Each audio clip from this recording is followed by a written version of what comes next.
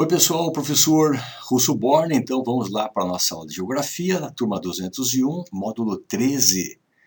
Nós estamos então na sua página 262 da sua apostila e vamos falar sobre as novas tendências urbanas. No módulo 13, alguns tópicos importantes são aglomerados subnormais, as periferias, taxas de crescimento demográfico, e também processo de urbanização. Vamos lá. Para a gente começar a pensar, existe uma grande desigualdade na urbanização do Brasil, insufladas pela especulação imobiliária.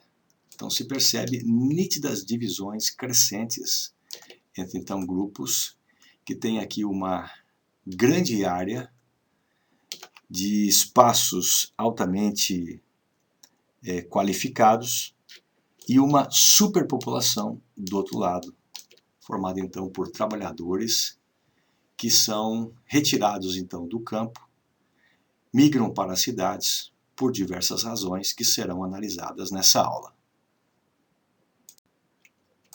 As maiores taxas de crescimento demográfico das cidades, ou seja, crescimento da população, aconteceram nas décadas de 40 e 70 no Brasil. Década de 40, justamente a época então em que governava o Brasil o Getúlio Vargas, que começou a fazer investimentos então não somente no café, não somente na agricultura, mas na construção de viabilidade industrial, com então a criação da Petrobras, que atraiu muita gente do interior, da construção da Vale do Rio Doce, da construção da Companhia Siderúrgica Nacional, ou seja, bases da industrialização, também com as promessas de salário mínimo, escolaridade, acesso hospitalar, acesso a melhores condições na cidade, atraindo então muitas pessoas do campo para a cidade.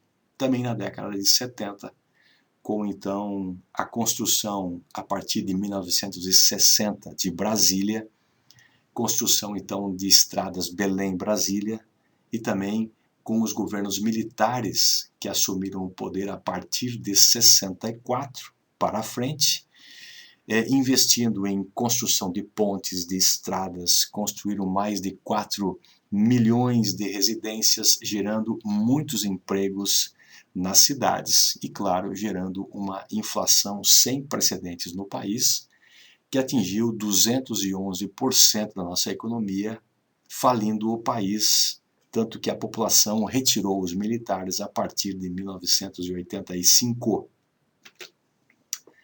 Desde 1980, acontece então a desaceleração do crescimento populacional das cidades, ou seja, o êxodo rural, ele então acaba se limitando a partir da década de 80 pelo colapso das grandes cidades e migrações, principalmente então do Nordeste para o Sudeste do Brasil.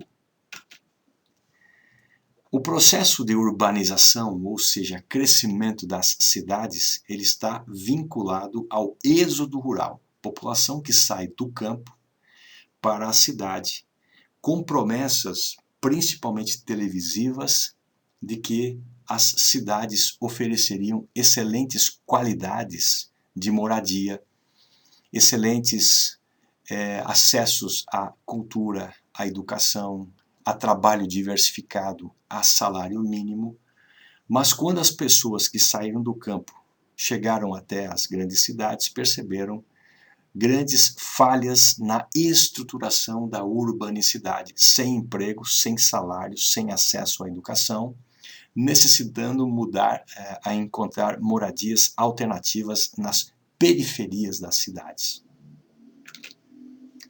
A modernização do campo aconteceu com a agropecuária mecanizada. Atualmente, uma máquina que se implanta no campo substitui entre 30 e 80 pessoas que fazem o trabalho braçal.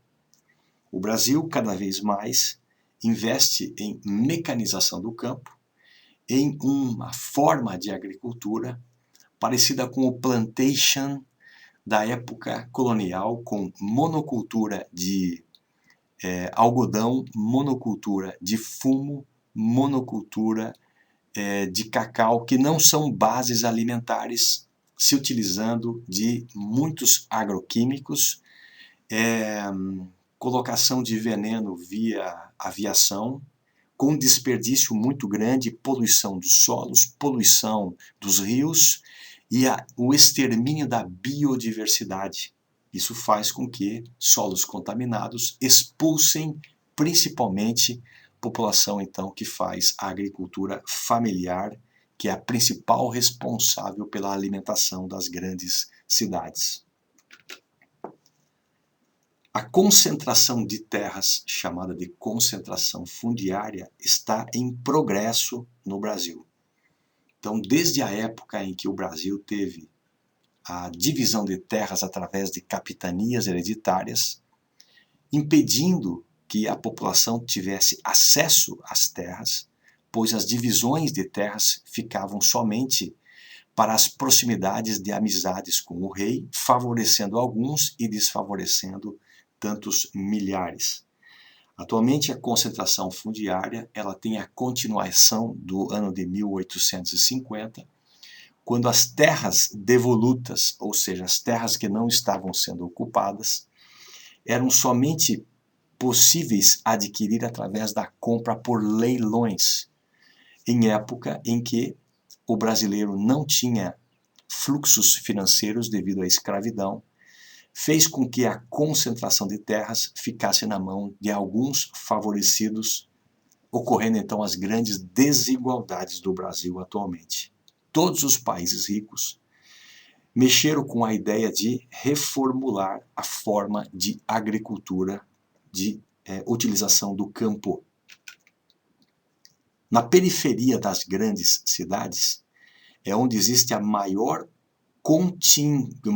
concentração de trabalhadores que foram expulsos do campo. A especulação imobiliária dificulta que as pessoas então tenham acesso aos centros das cidades devido à especulação imobiliária de elevados valores de aluguéis e a aquisição de áreas comerciais. A saída de trabalhadores da agricultura familiar para as cidades é o grande momento atual. Sem planejamento financeiro alternativo para solucionar dívidas do campo, muitas pessoas, então, precisam vender ou arrendar suas terras e mudar, então, para as cidades. Lembrando que a produção de alimentos como feijão, arroz, milho, mandioca, saladas, cenoura, tudo que se alimenta a cidade, ela provém não do grande negócio agrícola, que está hoje preocupado na produção de exportação de soja, exportação de milho, exportação de gado, como commodity, ou seja, produto de exportação, para a ração e não para a produção de alimentos. Os alimentos, 75% dos alimentos produzidos vêm da pequena e média propriedade de agricultura familiar, que empregam 80% da mão de obra do campo. Ao se findar essa qualidade de trabalhadores de agricultura familiar, a produção do êxodo rural e fuga de pessoas para as cidades, ela é gigantesca. O inchaço do setor terciário da economia das cidades é quando o setor primário ela é formada por agricultura, pecuária e extração. O setor secundário é indústria, que atualmente cada vez mais recebe mecanização, sobrando o setor terciário, que são comércios. Então, essa população que sai do interior vai para as cidades e busca trabalhar, então, no setor comercial, vendas, no setor comercial como apoio a trabalhos de comércio, de vendas, ou então o subemprego, que é, então, a busca por trabalhos sem carteira assinada, sem garantias sociais. O crescimento do subemprego cada vez é maior e vê-se pessoas jogando malabares nos trânsitos, vendendo então produtos nas ruas como meias, pilhas, relógios, pessoas trabalhando como cuidadoras de automóveis, os chamados flanelinhas, pessoas que ganham, sobrevivem fazendo venda de produtos nos sinais de trânsito.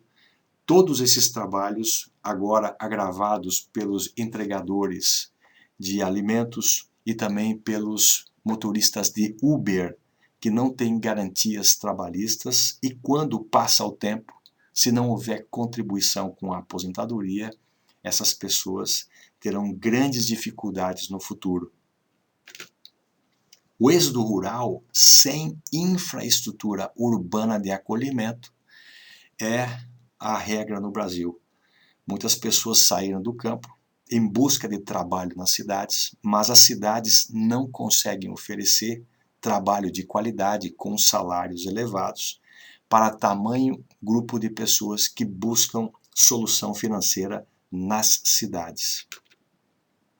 O loteamento clandestino, que são as chamadas de favelas, são agravadas então pela especulação imobiliária.